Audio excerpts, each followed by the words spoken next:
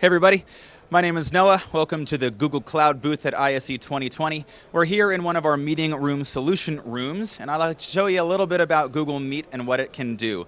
Here we have our Mimo touch panel, as well as our Google branded microphone and speaker array with advanced noise cancellation. 5 of those bad boys can be daisy chained together with one Ethernet cable.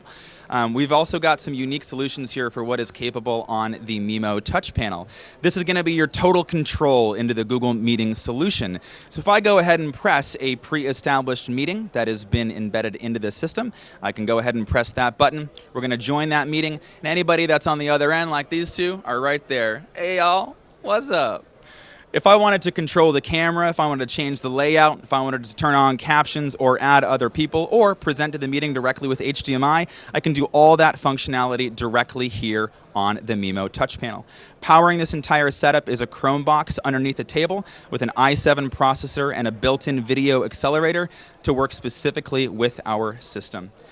Thanks so much. Once again, my name is Noah, and I wish you a wonderful day. If you'd like to learn a little bit more, go to g.co/gsuite/meet. Cheers.